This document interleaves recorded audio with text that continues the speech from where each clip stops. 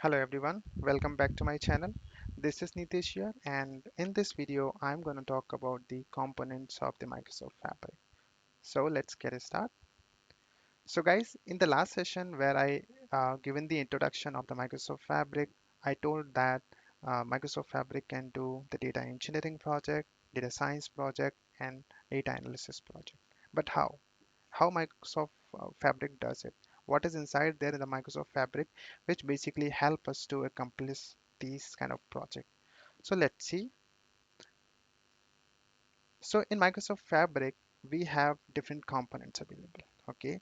So as you can see in this slide, for the data engineering work, there are component called Data Factory, Synapse Data Engineering, Synapse Data Warehouse, and Synapse Real-Time Analytics. So these are the four typical um, the components which we have uh, for doing the data engineering work in the Microsoft Fabric. Okay, so let's discuss about these components one by one. So data factory.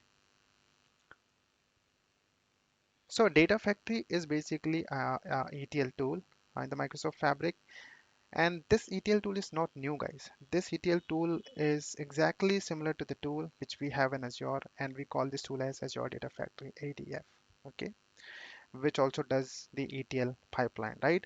So basically, we create the ETL pipeline, and the data factory which we have in the Microsoft Fabric has the similar UI as ADF, okay?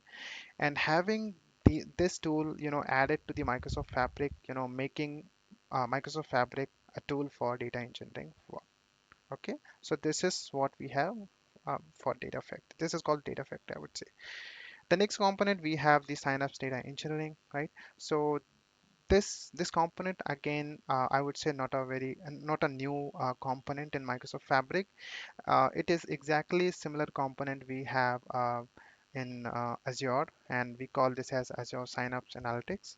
Okay, where which is basically does the data ingestion, data transformation, and data loading part altogether, right? So having this component or such services also included in the Microsoft Fabric, making it making it a tool for data engineering project. Okay, now the next component uh,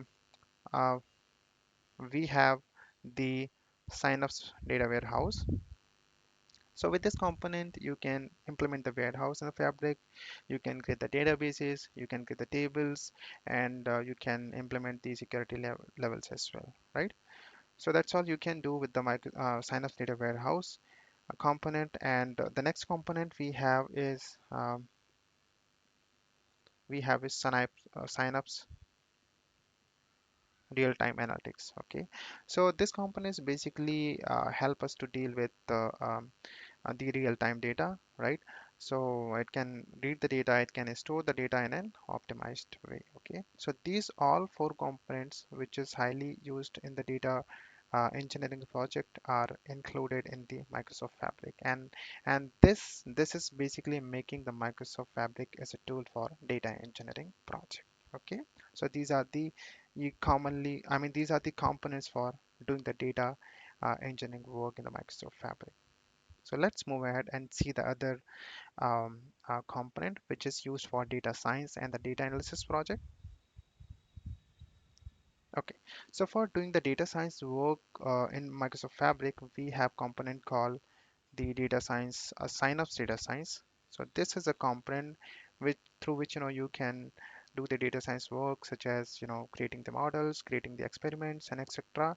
So that's all the data science related activity we can perform via data Synapse data science component in the Microsoft Fabric. Okay. And for doing the data analysis work, we have the Power BI included in the Microsoft Fabric. So we can create the reporting, we can get the dashboarding, we can share those dashboarding with the end users so that they can consume and they can take the business decision on top of that, right? So these are the components which we have in the Microsoft Fabric. One more component that I want to tell you about is a data activator. So data activator also one of the component of the Microsoft Fabric, which is like a monitoring tool, which monitors the data alert, right? So for the alerting purposes, we basically have the data activator in Microsoft Fabric included. Okay. So I would like to move to the next slide now. So that's it we have from the component point of view, and I hope what are the different components we have in Microsoft Fabric is kind of clear.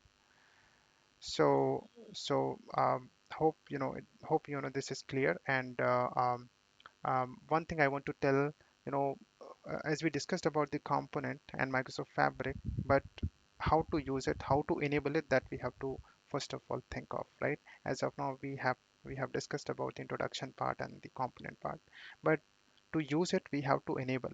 Okay, so how to enable it? What are the different ways to enable it, right? That we need to take a look on first of all, and that's what we are going to take a look on in the next video of this series. Okay, so keep watching this series for having the knowledge on end-to-end knowledge on Microsoft Fabric concept. Okay, and I would with that said, I would like to wind up this session. Thank you. Bye bye.